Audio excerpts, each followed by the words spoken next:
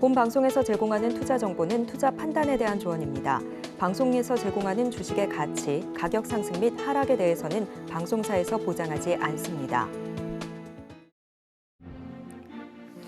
간밤에 뉴욕에서 생긴 일 쉽고 빠르게 전해드립니다. 글로벌 증시 와이드 출발합니다. 이소연입니다. 간밤 미증시 3대 지수는 일제히 하락하면서 장을 마무리했습니다. 미국 대선을 하루 앞두고 불확실성이 더 커진 영향으로 풀이되고 있습니다. 거기에 더해 FOMC까지 기다리고 있어서 계속해서 불확실성은 더 커질 것으로 보여지고 있습니다. 자세한 소식은 글로벌 헤드라인 열어서 하나하나 풀어보도록 하겠습니다. 화면 살펴보시죠. 첫 번째 소식입니다. 뉴욕 증시가 일제히 하락한 채 마감을 했습니다. 다우는 0.61% 낙폭을 보여줬는데요. 우선 엔비디아가 인텔을 제치고 다우지수에 편입이 됩니다. 이로써 인텔은 25년 만에 다우지수 왕좌에서 밀려나게 됩니다. 자, 그럼 두 번째 헤드라인도 풀어보겠습니다. 오펙 플러스가 증산 연기를 발표했습니다. 유가 하락과 수요 약화로 인해서 연기를 발표한 거고요. 국제유가는 3% 가까이 급등하면서 WTI는 71달러, 그리고 브렌트유는 75달러 선에서 거래가 되고 있습니다. 자, 그럼 세 번째 헤드라인 열어보겠습니다.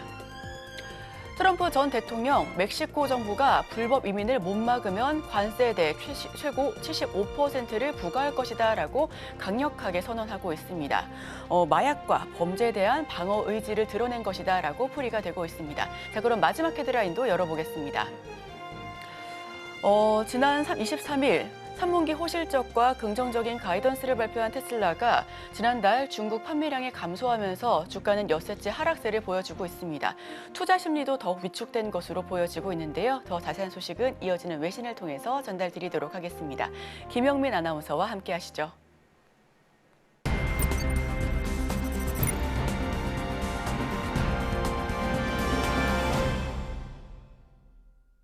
아침에 읽는 어젯밤 미증시 이야기 종목 브리핑으로 시작해 봅니다.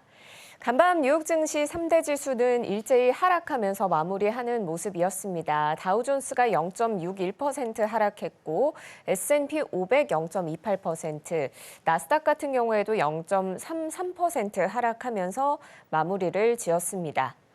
미 대선을 앞두고 시장은 눈치 보기에 나선 모습이었는데요. 투자자들의 불안감이 커지면서 시장은 혼란스러운 하루를 보냈습니다. 나스닥과 S&P 500 지수는 장중에 등락을 계속 거듭하며 롤러코스터 장세를 보이기도 했는데요. 대선 결과에 대한 불확실성이 이렇게 시장에도 영향을 미치고 있는 것으로 보입니다. 하지만 미 대선 이후 불확실성이 해소되고 나면 다시 뉴욕 증시는 강세를 보일 거란 전망에 힘이 실리는데요. 노무라 자산운용에 따르면 S&P 500 지수는 2008년 리먼 쇼크 때를 제외하고는 지난 7번의 대선 이후 연말까지 평균 4% 뛰어 올랐습니다. 시장은 또 미 대선 이후에 예정된 연준의 FOMC 정례회의에도 주목하고 있는데요. 11월에도 25 베이시스 포인트 인하가 예상됩니다. 시카고 상품거래소 패드워치에 따르면 이날 연방기금 금리 선물 시장은 연준이 11월 FOMC에서 금리를 0.25%포인트 인하할 확률을 98%로 반영하고 있습니다. 미 10년물 국채금리는 하락했습니다. 4.3%대를 밑도는 모습을 보여줬고요. 필라델피아 반도체 지수 역시도 등락을 거듭하다가 결국은 0.55% 하락한 4,974포인트 선에 마무리를 지었습니다. 5,000포인트가 다시금 깨지는 모습이었고요. 엔비디아가 상승 마감하기는 했지만 전체 지수 상승을 견인하지는 못하는 모습이었습니다. 국제유가도 상승세를 보여주고 있는데요. 중동 지역의 긴장감 고조와 더불어서 오펙 플러스가 12월에 예정된 석유 증산을 한 달 연기하기로 한 여파로 국제유가가 올랐습니다. WTI는 무려 3.19% 상승하며 배럴당 71달러 선에 거래를 마쳤습니다. M7 종목들 살펴보겠습니다. 엔비디아만 나홀로 상승 마감하는 모습이었는데요. 먼저 애플입니다. 0.4% 하락했네요. 버크셔 해서웨이가 보유한 애플 주식의 25%를 매도했다라는 소식이 전해지면서 오늘장에서 그 여파가 하락세로 이어지는 모습이었습니다. 버핏이 이렇게 애플의 주식을 꾸준히 매각하는 건 더 이상 오를 여력이 없다고 판단했음을 시사한다라고 시장은 해석하고 있는데요. 시장의 영향력이 막강한 버핏의 매도세로 애플은 상당한 부담을 떠안게 됐습니다. 마이크로소프트 역시도 0.47% 하락하며 장을 마쳤고요. 엔비디아 0.48% 상승으로 장을 마감했습니다. 엔비디아가 다우지수에 편입된다라는 소식에 오늘장에서 상승했는데요. 호재에 힘입어서 애플을 제치고 장중에 시가총액 1위 자리를 탈환하기도 했습니다. 빅테크들이 앞으로 이 AI 인프라에 대한 대규모 투자에 나서겠다라고 입장을 밝힌 만큼 엔비디아의 실적 전망은 앞으로도 여전히 탄탄할 거란 전망이 나옵니다. 반면 다우지수에서 밀려난 인텔은 주가가 3%가량 하락했습니다. 이런 가운데 엔비디아와 SK하이닉스 간의 연대는 더욱 끈끈해지는 모습인데요. 젠슨 황 CEO가 어제 서울 코엑스에서 열린 SK 인공지능 서밋 2024에서 상영된 영상 대담에서 SK하이닉스와 엔비디아가 함께한 HBM 메모리를 통해서 무어의 법칙을 뛰어넘는 진보를 지속할 수 있었다고 말했습니다. 이 무어의 법칙은 미국 반도체 기업 인텔의 공동 창립자인 고든 무어가 제시한 개념인데요. 반도체 집적 회로 성능이 약 2년마다 2배씩 늘어난다라는 내용을 골자로 합니다. 또 최태원 SK그룹 회장은 SK하이닉스의 6세대 HBM을 젠슨 황 CEO의 요구에 따라 6개월 빨리 공급하겠다고 했다고 밝혔습니다. 한편 이날 행사에서 SK하이닉스는 HBM3 16단 제품의 개발을 세계 최초로 공식화했는데요. 팀 엔비디아의 활약을 앞으로도 주목해볼 필요가 있겠습니다. 알파벳 역시도 1.2%가량 하락하면서 장을 마감하는 모습이었고요. 아마존 역시 1% 넘는 낙폭을 기록했습니다. 메타 플랫폼스도 1% 넘게 하락했고요. 브로드컴은 장중에 좀 상승하나 싶었는데 결국은 0.2% 하락하며 장을 마치는 모습이었습니다. 이어서 투데이 핫스탁입니다. 먼저 테슬라 살펴볼까요? 미국의 전기차 업체 테슬라가 10월 중국에서 부진한 판매 실적을 기록하면서 주가가 하락세를 이어갔습니다. 중국 승용차 시장 정보 연석회가 발표한 자료를 보면 테슬라는 지난 10월 중국 상하이 공장에서 68,280대를 출하했는데요. 이는 작년 같은 달보다는 5.3% 감소하고 9월보다 22.7% 줄어든 수치입니다. 중국은 테슬라에게 가장 중요한 시장 중 하나이기 때문에 실적 부진이 테슬라의 올해 연간 목표치 달성에 직접적으로 타격을 줄 수도 있는데요. 블룸버그는 중국 자동차 업체들이 지난달에 기록적인 판매 실적을 올린 것을 고려했을 때 테슬라의 판매량 감소가 더욱더 두드러진다고 분석했습니다. 이런 부정적인 이슈에 테슬라에 대한 투심이 약화하면서 주가가 엿새째 하락세를 이어갔고요. 오늘장에서는 2.47% 하락하며 종가는 242.84달러를 형성했습니다. 다음으로 탈렌 에너지 살펴보겠습니다. 미 연방에너지규제위원회가 서스퀘아나 원전에서 아마존 데이터 센터로 공급하는 전력량을 늘려달라라는 탈렌 에너지의 요청을 받아들이지 않으면서 주가가 하락했습니다. 탈렌은 서스퀘아나 원전을 보유하고 있으며 올해 3월에 아마존과 원전 전력 구매 계약을 맺고 해당 원전 옆에 위치한 큐뮬러스 데이터 센터 단지를 아마존에 매각한 바 있습니다. 이 여파로 주가는 2.23% 뒷걸음질 치며 종가 170달러대를 형성했습니다. 콘스텔레이션 에너지와 비스트라도 함께 하락했는데요. 각각 12.46%, 3.15% 하락하며 동반 약세입니다. 마지막으로 메리어트 인터내셔널 살펴보도록 하겠습니다. 호텔 운영업체 메리어트는 3분기 실적을 발표한 후에 주가가 하락했습니다. 3분기 실적이 시장의 기대치를 밑돌았고 4분기와 올해 가이던스 역시도 실망스러웠기 때문인데요. 메리어트는 3분기에 매출 62억 6천만 달러, EPS 2.26달러를 기록했는데 이는 팩트셋의 전망치인 매출 62억 7천만 달러와 EPS 2.31달러를 하회합니다. 메리어트는 4분기 EPS는 2.31달러에서 2.39달러로 예상을 하고 있는데요. 이 역시도 팩트셋의 전망치인 2.42달러를 하회합니다. 올해 EPS 가이던스는 9.19달러에서 9.27달러 범위를 제시했는데요. 이전 예측치보다 낮춰 잡으면서 시장의 실망감을 불러일으켰습니다. 주가는 1.59% 하락하면서 256.43달러에 장을 마쳤습니다. 지금까지 종목 브리핑 전해드렸고요. 저는 잠시 뒤 글로벌 이슈 들고 다시 찾아오겠습니다.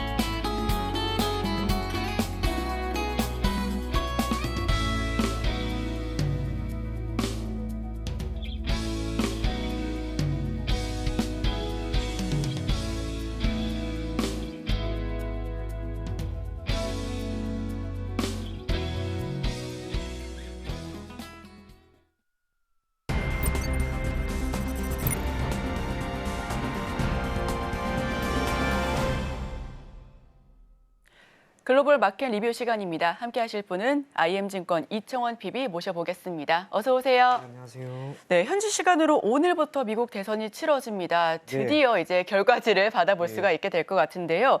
자, 대선이 지나고 나면 FOMC도 이제 또 같이 결과제를 받게 되겠죠. 네. 이번 주 불확실성도 많이 확대가 되겠지만 네. 또 오히려 한편으로는 이 불확실성이 끝나면 변동성이 역시 네. 줄어들겠다라고 하는 기대감도 있습니다. 어떻게 보실까요? 네, 지금 결과는 우리가 알 수가 없죠. 이제 결과는 기다려야 하는 건데요.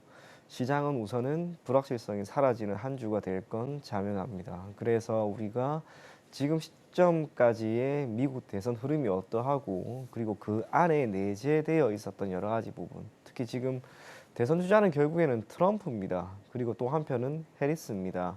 과거와 비슷한 사례가 한번 있었기 때문에 우리가 그걸 한 번씩 짚어보면서 미래 흐름을 한번 유추해도 괜찮지 않을까 그런 생각이 들었습니다. 자료 보면서 오늘 이야기를 조금 더 자세하게 할 건데요. 자료는 리포트 어제 거를 최대한 많이 참조를 했습니다. 첫 번째로는 우선은 미국의 대선 전망은 트럼프가 약간의 우위입니다. 참고로 결과를 당연히 알 수 없는 상황에서 해리스가 되든 트럼프가 되든 양쪽 다 선거인단 기준 220명 정도는 기본적으로 깔고 간다고 생각하시면 됩니다. 경합주가 결국에는 핵심이 되는데 현재 시점에서는 우선은 트럼프가 조금 더 우위에 있는 것으로 보여지고요. 전국의 여론조사 트럼프가 소폭 우위입니다.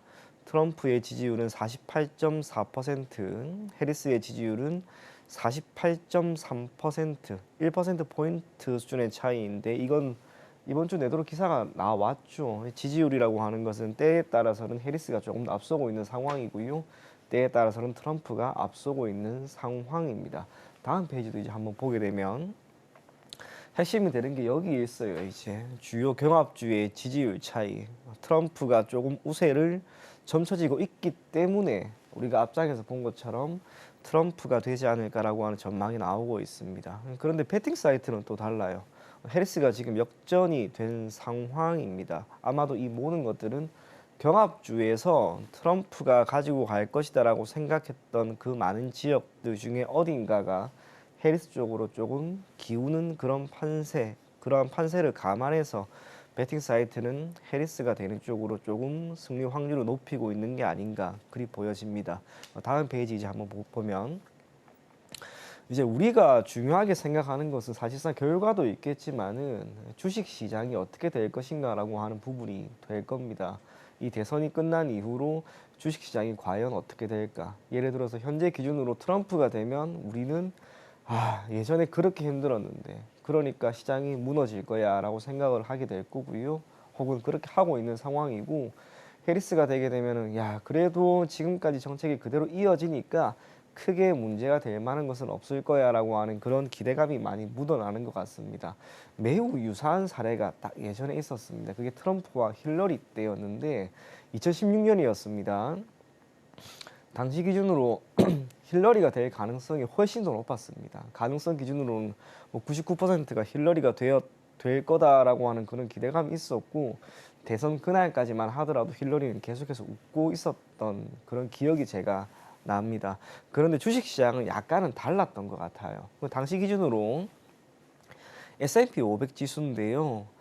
미국의 트럼프와 힐러리 대선 직전의 시장 S&P 500 같은 경우에는 우선은 빨간 네모 박스에 보였던 것처럼 단기간에 시장이 크게 올라가는 모습을 보였습니다. 그리고 오른편에 국내 증시 같은 경우에는 당시 기준으로 오히려 좋지 않았습니다. 오른편은 회색선을 보면 되는데 2016년 7월 이후로 주가는 쭉 밀리는 거죠. 그러면 우리가 여기에서 미국 증시는 일정 부분 좋았고 한국 증시는 좋지 않았다라고 하는 것을 인지하면서 현재 시점은 어땠는지를 한번 딱 봅니다. 다음 페이지인데요. 위에는 S&P 500이고요. 아래는 코스피입니다. 똑같죠.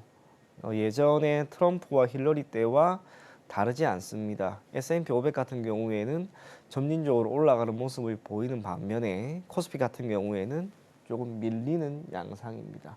다음 페이지도 이제 보면 미국의 10년물 국채 금리와 원달러 환율의 움직임인데요. 당시에 10년물 국채 금리는 대선 직전까지 올라가는 모습을 보입니다. 회색 선을 여러분들이 따라가시면 됩니다. 그리고 지금 원달러 환율 같은 경우에도 이렇게 올라가는 모습이 나옵니다. 그러면 지금은 어떤가? 다음 페이지에 나오는데 똑같아요. 왼쪽 상단에 있는 최근 10년물 국채 금리 그리고 아래는 원달러 환율인데요. 다 똑같은 양상입니다.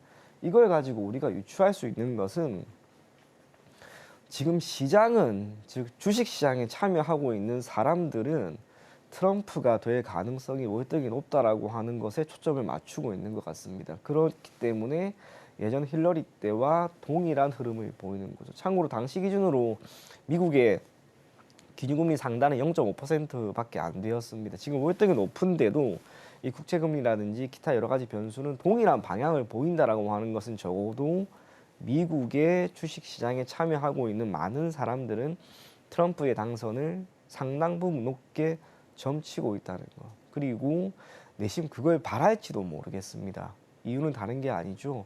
지금 미국 증시가 나쁘지 않습니다. 좋습니다. 하지만 2018년 그 당시에 그렇게 힘들었던 상황 속에서도 미국 증시는 좋았습니다. 트럼프는 계속해서 이야기를 하죠. 자국, 즉 미국이 1차적으로 강해야 된다라고 하는 그 정책을 아마도 이번에 대선이 된다는 가정 아래 계속해서 고수를 해 나갈 겁니다. 법인세와 관련된 부분보다는 관세에 대한 부분이 더 부각이 될 것이고 미국의 경제 상황이 조금 더 탄탄하게 만들어질 수 있게 하는 것. 그 핵심이 되는 게 리쇼어링이죠. 이게 제가 가지고 온 건데요. 미국의 견조한 상대 경기 모멘텀 그 중에 하나가 결국 리쇼어링입니다.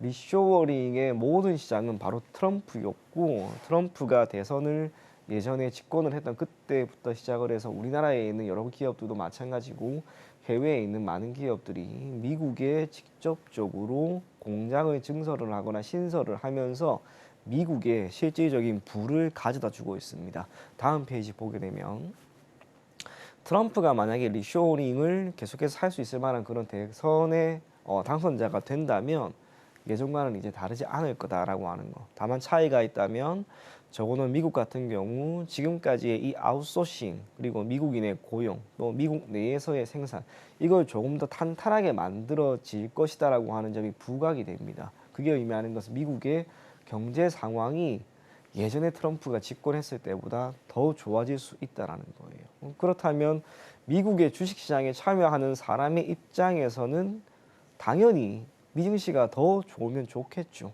그 모든 것을 감안해서 미국의 주식시장의 참여자들은 트럼프의 가능성을 조금 더 높게 점치고 있는 게 아닌가 그리 보여집니다. 다음 페이지도 한번 보면 이제 우리가 궁금한 것은 대선이 끝난 이후에요. 대선이 끝난 이후에 우리 시장은 어떻게 될 것이고 미국 증시는 어떻게 될 것인가라고 하는 부분인데 2016년 당시 트럼프가 당선이 된 이후의 코스피의 흐름입니다. 가운데 네모난 박스가 이렇게 희미하게 있는데요. 이게 11월 9일이었습니다. 2016년. 제가 당시의 상황을 새벽까지 계속해서 보고 있다 보니까 기억을 하는데 힐러리가 역시나 될 거라고 생각을 했습니다. 그런데 뚜껑을 열어보니까 계속해서 박빙이 승부가 나오다가 우리로 치면 당선 유력이라고 하는 그런 딱지 같은 게 있죠. 그게 나오니까 시장이 밑꼬리를 저렇게 달면서 쭉 올라갑니다. 흔들렸던 이유는 다른 건 아니었습니다. 힐러리가 될 가능성이 너무나 높았고 너나 할 것 없이 힐러리의 승리를 점쳤었는데 트럼프가 앞서 나가니까 시장이 불안한 거죠. 하지만 당선 유력이라고 하는 딱지가 나오는 시점부터는 반등을 합니다. 이후 한 달 정도 시장은 횡보하는 모습을 보인다 하더라도 코스피는 결국에는 올라가는 모습을 보입니다. 다음 페이지에 바이든 당선 이후인데요. 바이든 때는 역시나 마찬가지였죠. 트럼프와 역시 박빙이었습니다. 그런데 이후로 시장은 좋았습니다. 우리가 이걸 가지고 유추해 볼 수 있는 것 사실상 저는 그리 될 거라고 거의 확신을 하는데 단순하게 불확실성이 사라졌기 때문에 시장이 오른다라고 하는 것은 우리가 모두 동의를 할 수 있는 부분입니다. 다만 트럼프와 해리스, 예전 트럼프와 힐러리 때처럼 결과가 나오는 그날까지 시장은 흔들렸죠. 즉 두 대선 후보 간의 격차가 거의 없는 상황이 단기간이 되든 장기간이 되든 이어진다라고 하는 것은 시장의 불확실성을 키울 수 있는 요인으로 작용할 수밖에 없습니다. 하지만 지금 시점에서 미국 증시는 이러한 불확실성 속에서도 잘 올라갔죠. 우리 증시는 타격을 받았습니다. 만약 이런 불확실성이 없었다면 S&P 500이 되든 나스닥이 되든 지금도 어느 정도 올라갔지만 그것보다 월등히 더 오를 수 있었을 거라고 봐요. 그래서 대선 결과는 상관이 없습니다. 결과가 나오면 됩니다. 대선 결과가 나옴에 따라 S&P 500, 나스닥 역시나 잘 갔지만 그것보다 불확실성으로 인해서 오르지 못한 부분까지 반영을 해서 상당히 큰 혹은 상당히 강한 랠리가 저는 나올 거라고 보고요.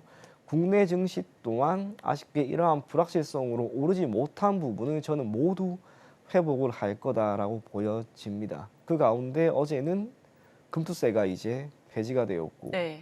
그 가운데 제약 바이오라든지 기타 여러 가지 섹터가 올라가는 모습을 보였다는 거죠. 그 모든 것을 감안한다면 우리 증시가 크게 흔들릴 만한 변수는 없을 것이다라고 봅니다. 그럼에도 불구하고 이 모든 것들은 대략 6개월 정도의 시간 동안은 유효할 수 있으나 이후로는 달라집니다. 모든 것은 트럼프가 된다는 가정 아래 이유는 이거죠.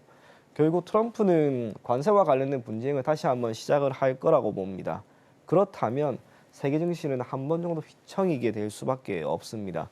코스피와 S&P 500 같은 경우에도 2018년 관세 분쟁이 일어났던 시점 고점 대비 시장은 많이 밀렸습니다. 물론 그 이후로 회복은 다 됩니다.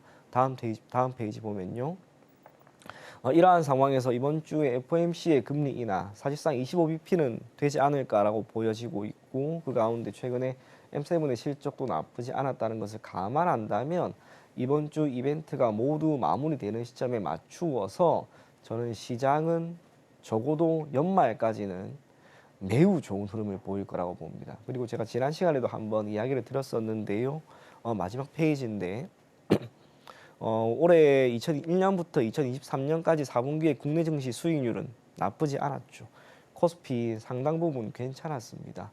밸류업 프로그램에 참여하는 기업들이 많아지고 배당에 대한 기대감이 커졌다는 것, 그 모든 것을 감안한다면 시장은 우리가 크게 걱정할 필요는 없을 것이다라고 생각을 하시고 결과가 누가 될지는 당연히 모르지만은 누가 되었든지 간에 주식시장에 참여하는 사람의 입장에서는 호재가 될 겁니다. 단기적으로 대략 3개월, 길게 보면 6개월 정도 우리가 투자를 함에 있어서 매우 좋은 환경이 조성이 될 것으로 보이니 지금 이 기회에 여러분들이 주식에 대한 투자와 주식에 대한 공격적인 투자까지 진행을 한다면 좋은 결과가 있을 것이다. 그렇게 이야기 전해드리도록 하겠습니다. 네, 일단은 불확실성을 덜어내는 것 자체가 호재가 될 것 같습니다. 자, 그렇다면 지금 우리 시장 후보별 트레이드 계속해서 진행되고 있습니다. 어느 날은 가상자산, 어느 날은 친환경 관련주 상승세를 보여주고 있는데 이 말씀해 주셨다시피 어느 후보가 되더라도 최소 3개월, 최장기간 6개월 이상까지 그 호재가 지속될 수 있다라고 말씀을 해주셨는데 네. 우리 국내 시장에는 어떤 후보가 당선되어야 더 유리할까요? 해리스예요. 다른 그럴 건 것 같습니다. 아니고요. 당연히 그럴 수밖에 없겠죠. 물론 바이든 정부 시절에 우리나라 증시가 대단히 좋았던 건 아닙니다. 특히 올해 같은 경우에는 미 증시와의 상관계수도 현저하게 떨어진 상황이고 방향성 또한 다르죠. 그럼에도 불구하고 2018년 트럼프가 했던 그 과거의 일, 사람은 쉽게 변하지 않습니다. 트럼프가 달라질 거라고 생각도 하지 않습니다. 그러한 상황에서 우리나라는 대중 수출 교역량이라고 하는 게 미국과 거의 대등하죠. 그 당시에도 힘들었던 이유가 미국이 계속해서 압박을 합니다. 너네 중국이랑 계속 이렇게 거래할 거야? 그러면 너네 힘들게 할 수밖에 없어. 그 흐름 자체가 단기간에 해결될 만한 변수는 아닌 거죠. 무엇보다 트럼프가 된다. 화장품 섹터는 큰 타격받을 겁니다. 관세가 올라갈 수밖에 없다라고 하는 것은 가격 경쟁력을 잃게 되는 거니까. 그 모든 것을 감안했을 때 그래도 해리스가 조금 되는 게 더 좋지 않을까라고 생각을 하고요. 해리스가 되면 좋겠습니다. 네. 네, 그 강력한 의지까지 말씀을 네. 해주셨습니다. 간밤에 나온 소식이었죠. 트럼프 전 대통령 멕시코에 최고 75% 관세를 부과할 것이다라고 하는 내용까지 나왔는데 우리 시장 역시 뭐 직접적인 타격은 없더라도 그 내용에 대해서 어느 정도 인지는 하고 있어야 될 것 같습니다. 자, 불확실성 제거가 우리 이번 주 시장의 포인트다라고 말씀을 해주셨는데 시장의 불확실성 가운데 앞서서 말씀해주셨던 금투세 폐지 어제 오전 9시 반 정도에 갑작스럽게 발표를 했습니다. 이재명 대표. 시장 말 그대로 환호성을 질렀고요. 특히나 개인 투자자 비중이 높은 바이오 2차 전지가 몰려있는 코스닥 위주의 네. 상승세가 눈에 띄게 보여졌습니다. 자, 2차 전지 제약바이오 지금 올라타도 될까요? 연말까지 쭉 괜찮을 거라고 말씀해 주셨으니까. 제약바이오는 괜찮을 것 같고요. 2차 전지는 권하고 싶지는 않아요. 우선은 제약바이오에 대해 좋게 이야기를 드리는 이유는 예전부터 이야기를 드렸지만 제약바이오는 이제 해당 섹터에 대한 접근 방법도 바뀌었고 기업들의 체질이 바뀌었습니다. 당연히 파이프라인이라고 하는 것만 있는 많은 기업들 그럼에도 불구하고 기대감에 따라 주가가 오르는 경향이 있었습니다만 실질적으로 실적이 나오는 기업은 이제 주가는 더 오르는 거죠. 단순하게 실적이라고 하는 측면까지 부각되는 것을 감안한다면 제약바이오는 일정 부분 제조업과 비슷한 흐름을 보이는 그런 섹터가 될 수도 있습니다. 그리고 다행스럽게 지금 유한양행이라든지 알테오젠, 삼성바이오로직스 여전히 견고한 흐름을 보였고요. 어제 금투세라고 하는 한 변수가 해소됨에 따라 가장 크게 올랐던 섹터가 여기였습니다. 기회는 앞으로도 계속해서 있을 것이다라고 하는 점, 그 모든 것을 감안했을 때 제약바이오는 지금 시점에서 우리가 당연히 포트폴리오의 20% 정도의 비중은 가지고 가야 되지 않을까라고 보여집니다. 2차 전지는 조금 다릅니다. 앞서 제가 실적에 대한 이야기를 했는데 최근에 3분기 기준으로 LNF, 에코프로 형제들 보면 실적이 역시나 컨센을 하회했습니다. 실적이 컨센을 하회한다라고 하는 건 당연히 실적 전망이 좋지 않은데 시장은 거기에 대해서 계속해서 매수세를 주지를 않을 겁니다. 2차 전지 관련된 기업들이 최근에 크게 올랐던 이유 중에 하나도 이 실적에 대한 기대감이 일정 부분 있다는 것과 그 위에 있는 전방 산업에 속하는 셀 업체들, 특히 LG 엔솔이 벤치양 매출을 견인하게 될 것이다라고 하는 그 모든 기대감에 따라서 오른 것이라 할 수 있는데 기대감이 실적으로 이어지지 못하기 때문에 또 당분간 눌릴 겁니다. 그래서 2차 전지는 역시나 어렵지 않을까라고 생각을 하고요. 2차 전지는 실질적으로 소재와 관련된 것도 있지만 셀업체의 판매가 늘어나야 됩니다. 셀업체 같은 경우에는 우리나라의 전기차 기업, 현대라, 기아 판매가 당연히 좋으면 더 좋을 것이고 미국 같은 경우에는 테슬라라든지 GM 같은 경우에도 판매가 좋아야 하는데 자동차 판매라고 하는 게 전월 대비 매우 크게 올라가는 경우는 미미합니다. 기껏해야 1%포인트 혹은 2%포인트 정도 오르는 정도 순인 것을 감안하면은 시장의 파해는 결코 크지 않다라고 하는 것. 그리고 2023년 상반기까지 2차 전지가 너무나 좋았죠. 주가가 에코프로가 150만 원까지 올라가는 그런 모습을 보였었는데 그 기저에 있던 게 2차 전지 소재와 관련된 기업들이 협상력에 있어서 우위가 있었기 때문입니다. 전기차 판매가 늘어난다 하더라도 결국 소재를 공급해주지 못하면 생산은 둔화될 수밖에 없다라고 하는 것. 그래서 당시 기준으로 많은 기업들이 공장을 증설을 하거나 신설을 하는 모습을 보였었는데 지금 그게 완전히 꺾인 거죠. 증설과 관련된 부분은 계획을 연장하거나 혹은 취소 처리를 했고요. 오히려 당시 기준으로 무분별하게 많이 늘어났던 차입이라든지 재무적인 건전성이 소폭 우려가 되면서 최근에는 증설과 관련된 부분이 사라지거나 오히려 협상에 대한 협상력이 상당 부분 줄어든 게 지금 2차 전지 관련된 기업들의 상황입니다. 리튬 가격이 조금 오른다라고 해서 이게 해결될 만한 부분이 아닙니다. 특히 LNF 같은 경우에는 여전히 3분기 기준으로 영업이익은 적자라는 것. 1차적으로 흑자가 나오는 시점까지 여러분들이 기다리는 게 저는 맞다라고 보고요. 지금 시점에서 많이 빠졌으니까 어제 금투세가 폐지되었으니 이제는 오를 거야 라고 하는 관점으로 접근을 해버리면 또 물릴 가능성이 저는 매우 크다라고 봅니다. 그래서 2차 전지 비록 어제 많이 오르긴 하였으나 여전히 관망을 하는 게 좋다라고 이야기 전해드리고 싶고요. 제약 바이오는 연말까지는 저는 충분히 더 갈 수 있다라고 보여집니다. 예전에도 한 차례 제약 바이오 섹터에 대한 종목들을 따로 샘플을 몇 개 잡아서 이야기를 해드렸지만 알테오젠 같은 경우에는 12월 말 기준 종가는 여전히 48만 7,800원까지 저는 갈 수 있을 것이다라고 보여집니다. 그 가격을 여전히 많이 남아둔 상황이기 때문에 제약 바이오 섹터를 1차적으로 계속 주목하자 그런 이야기 전해드리겠습니다. 네, 어제 금투세 폐지 이슈로 에코프로 형제주의 주가가 7% 넘게 급등하고는 있었지만 다만 이 부분에는 신중한 접근이 필요하다라는 말씀해 주셨습니다. 자, 마지막 질문 짧게만 드려보도록 하겠습니다. 어제 갑작스럽게 중국의 무비자 입국 이슈가 상당 부분 큰 차지를 했습니다. 여기에 더해서 우리나라 국내 리오프닝 관련된 종목들도 일제히 상승 흐름을 보여줬고요. 항공주 그리고 여행주는 급등세를 보여주면서 가격 제한폭까지 올라가기도 했습니다. 자, 여기에 대해서는 어떻게 평가를 하실까요? 냉정히 좀 바라보길 바랍니다. 어제 리오프닝 관련된 기업들 사실상 많이 올랐어요. 특히 여행주가 엄청 오르는 모습을 보였는데요.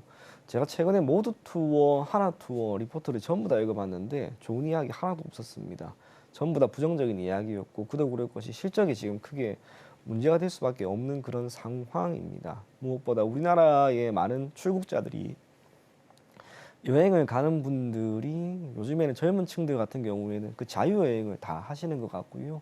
연세가 조금 있으신 분들은 뭐 모두투어나 하나투어 같은 경우 이용하고 중국에 출국하는 이들이 많다 하더라도 평이 그리 안 좋아요. 저희 어머니도 중국 갔다 왔는데 그렇게 안 좋았다고 합니다. 당연히 그럴 수밖에 없죠. 실적이 개선될 만한 여지가 크지 않다라고 하는 것이고 모두투어나 하나투어 같은 경우에도 최근에 매출을 많이 견인하는 곳은 베트남을 기반으로 하고 있는 동남아입니다. ASP가 낮아요. 그래서 실적 개선이 단기간에 크진 않을 수 있다라고 하는 건 LCC 같은 경우에는 어제 많이 오르는 것 같더니 거의 대다수 5% 내외밖에 안 올랐습니다.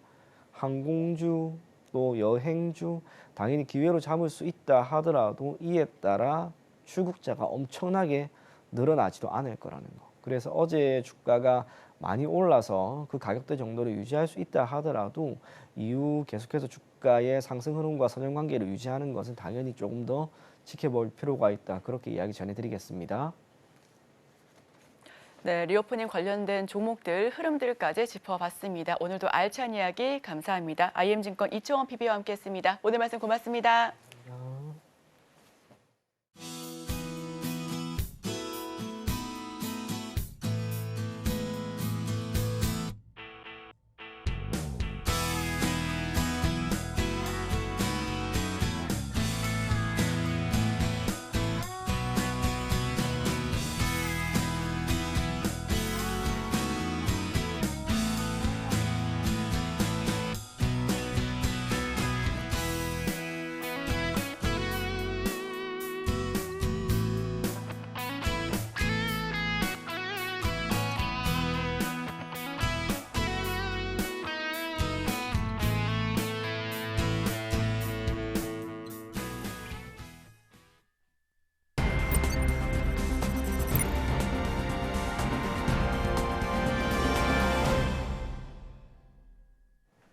오늘 아침 빼놓을 수 없는 글로벌 이슈 쉽게 읽어드립니다. 아침에 읽는 어젯밤 미증시 이야기 어떤 이슈들이 있었는지 함께 살펴보겠습니다. 첫 번째 소식입니다.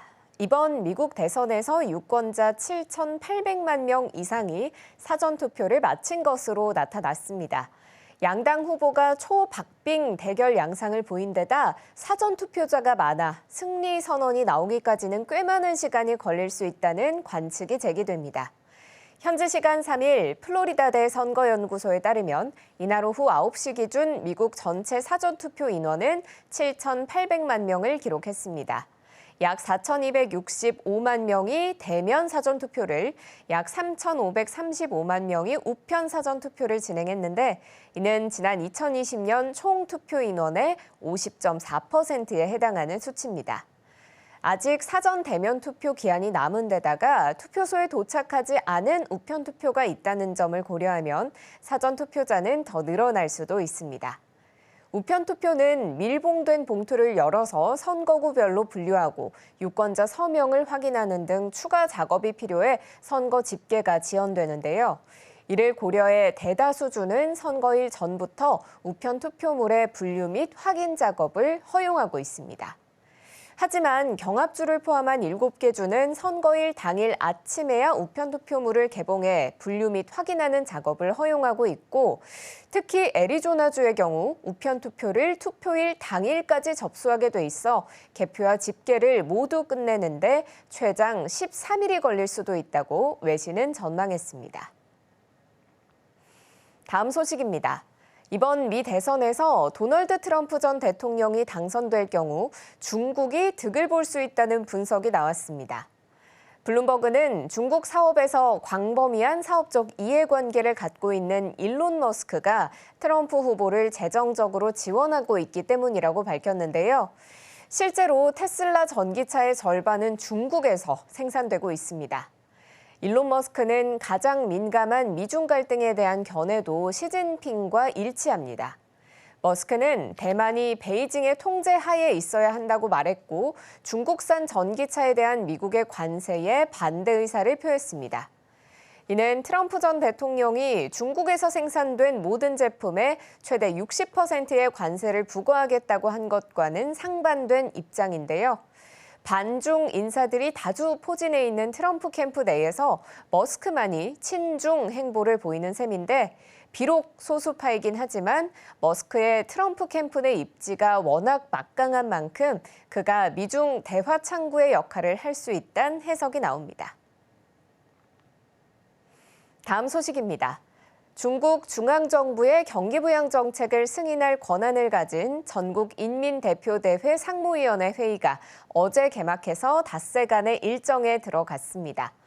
전문가들은 전인대 상무위에서 승인될 중국 재정 지출이 1조에서 3조 위안 사이의 규모가 될 것으로 관측하지만 중국 경제가 둔화세로 돌아선 만큼 2008년 글로벌 금융위기 때 4조 위안을 뛰어넘는 경기 부양책을 요구하는 목소리도 적지 않습니다.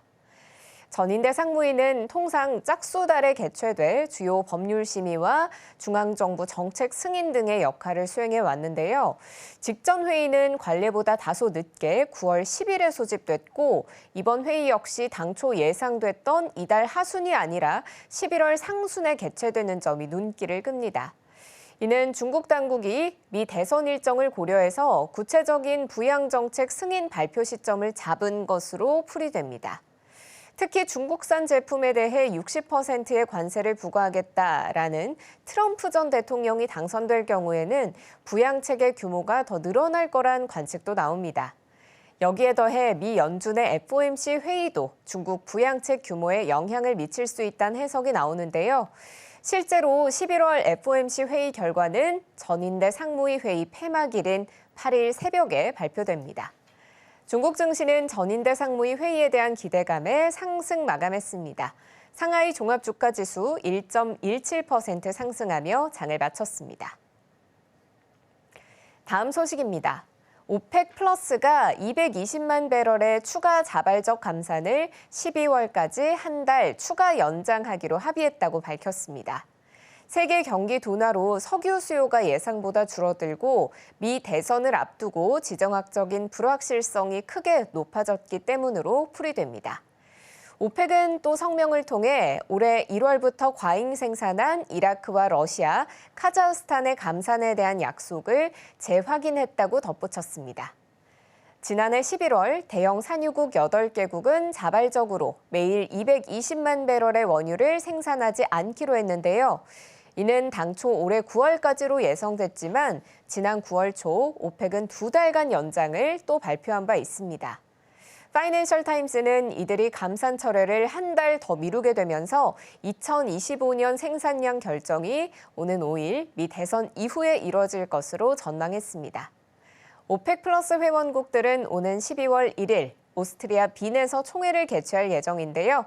이때 최종 결정이 내려질 것으로 관측됩니다. 마지막 소식입니다. 이란이 이스라엘에 대한 재보복을 다짐하고 있는 가운데 그 시기가 미 대선 이후가 될 거란 전망이 나왔습니다.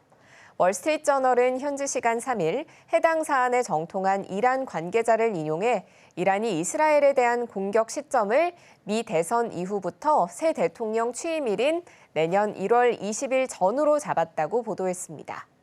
미 대선에 영향을 주고 싶지 않다는 것으로 해석이 되는데요.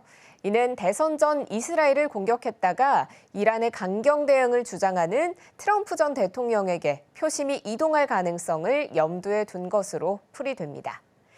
당초 이란은 이스라엘의 공격 후 주변국들에게 대응하지 않겠다는 뜻을 밝힌 것으로 전해졌지만 며칠 만에 분위기가 바뀌었는데요.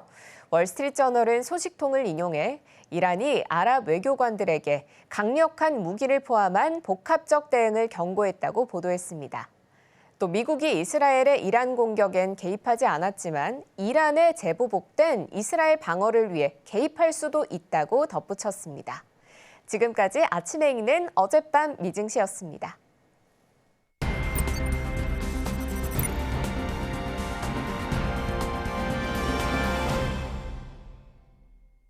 투자하실 때 참고하시면 좋을 리포트 소개해드립니다. 와이드 리포트 시작합니다. 매도하지 않을 이유를 못 찾았어. 인텔에 대한 리포트인데요. 제목 자체가 굉장히 무섭습니다. EPS 일단 마이너스 0.46달러로 다시금 적자 전환했고요. 구조조정 비용 등 일회성 비용 인식으로 매출 총이익률도 하회했습니다.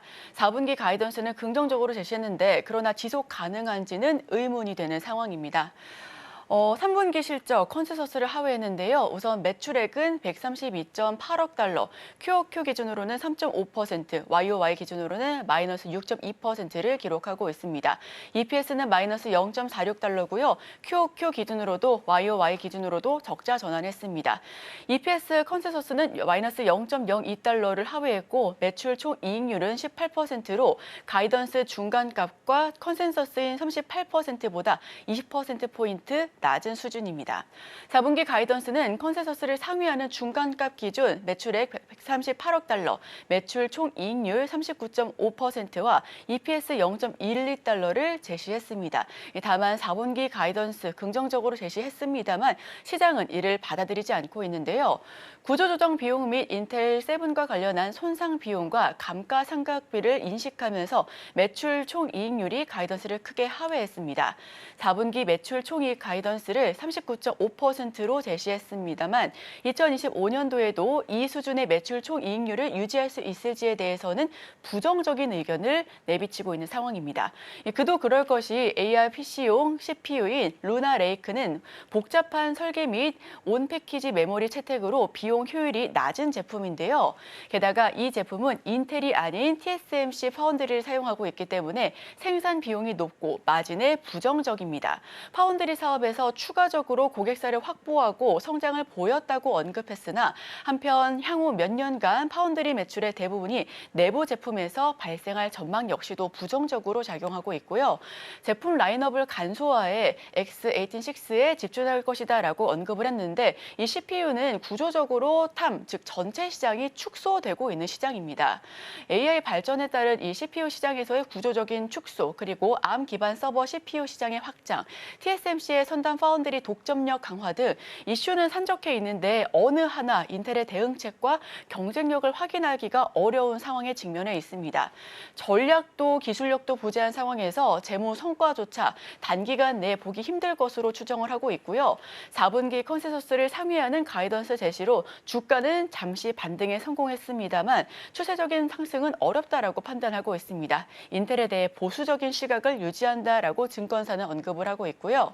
자, 우선 엔비디아 다우지수 첫 편입에 성공을 했습니다. 인텔은 25년 만에 제외하면서 다우지수에 물러나는 모습을 보여주고 있는데요.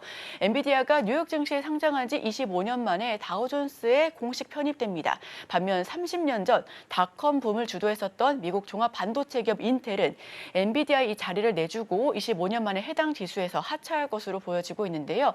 즉 AI 시대를 맞이해 반도체 산업 지형 변화를 보여주는 상징적인 사건으로 평가가 되고 있습니다.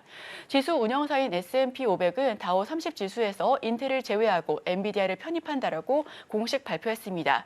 위원회는 이번 결정은 지수 내 반도체 산업 익스포저, 즉 위험 노출액의 대표성을 개선하기 위한 차원이다. 즉 노이즈를 제거하기 위한 것이다라고 설명하고 있고요.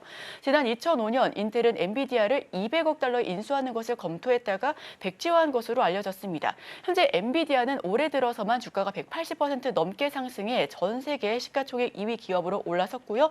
1위까지 계속해서 보여지고 있는 상황입니다. 미국 연방정부 인텔이 재정난을 극복하지 못할 경우에 대비해 대비책을 논의하기 시작했습니다. 다양한 해결책 가운데서는 AMD, 마블 등 경쟁사와 인수 합병을 유도하는 방안 역시 포함이 되고 있는 상황이고요. 그동안 인텔의 일부 사업부를 ARM이나 퀄컴 테크놀로지가 인수하는 방안이 거론돼 왔지만 미 의회와 정부가 인텔이 재정난을 극복하지 못할 경우 경쟁사와 인수 합병을 유도하는 방안에 무게추가 옮겨지는 분위기 역시 거론이 되고 있는 상황입니다. 외신에 따르면 인텔을 위한 구제 패키지는 올해 연말까지 회사에 최소 85억 달러를 수여하는 칩스법의 액수도 넘어설 가능성이 있다라고 전하고 있습니다. 인텔은 미국의 최첨단 반도체 기술을 상징하는 회사이자 실리콘밸리 반도체 기업들의 맏형이지만 최근 실적 부진을 계속해서 겪어왔습니다. 스마트폰 등장과 함께 급격하게 커진 애플리케이션 프로세서, 즉 AP 시장에서 퀄컴과 애플에 밀렸고 파운드리 시장은 TSMC에 내줬기 때문인데요. PC용 중앙 처리 장치 CPU와 그래픽 처리 장치인 GPU 시장에서는 각각 AMD와 엔비디아가 최강자 자리를 꿰차고 있는 상황입니다. 주요 반도체 시장에서 한 걸음씩 밀려가면서 인텔의 위기도 커져가고 있습니다. 최근 1년간의 주가 상승폭인데요. 엔비디아는 무려 180%를 넘어섰고요. 유일하게 빨간불을 크게 켜고 있는 게 바로 인텔입니다. 무려 1년간 53%가 넘는 급락세를 연출하고 있습니다. 여기에 인텔을 살리려는 미국 정부의 고심 역시 깊어지고 있는 상황입니다.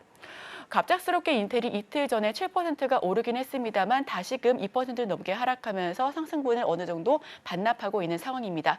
인텔에 대해서 지금 부정적인 가이던스가 나오고 있기 때문에 계속된 투자, 접근이 신중할 필요가 있어 보이는 상황입니다. 네, 제가 준비한 소식은 여기까지입니다. 화면을 통해서 이번 주 증시 일정들 살펴보도록 하겠습니다.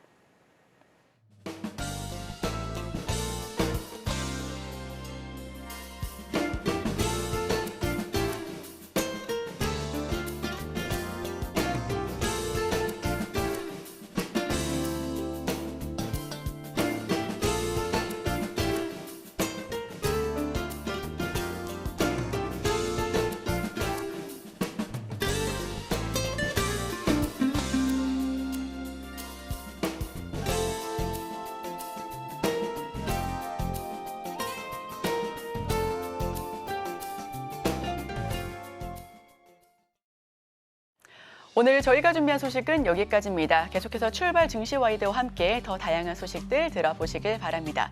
끝으로 본 방송에서 제공하는 정보는 투자를 위한 조언을 할 뿐 해당 종목의 상승 또는 하락, 가치 판단을 보장하고 있지 않습니다. 이 점 유의하시면서 투자 판단을 참고해 주시길 바랍니다.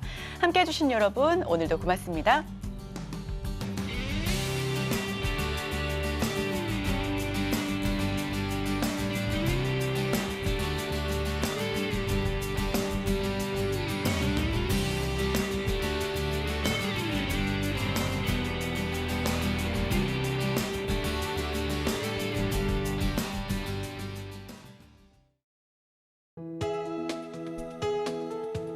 본 방송에서 제공하는 투자 정보는 투자 판단에 대한 조언입니다. 방송에서 제공하는 주식의 가치, 가격 상승 및 하락에 대해서는 방송사에서 보장하지 않습니다.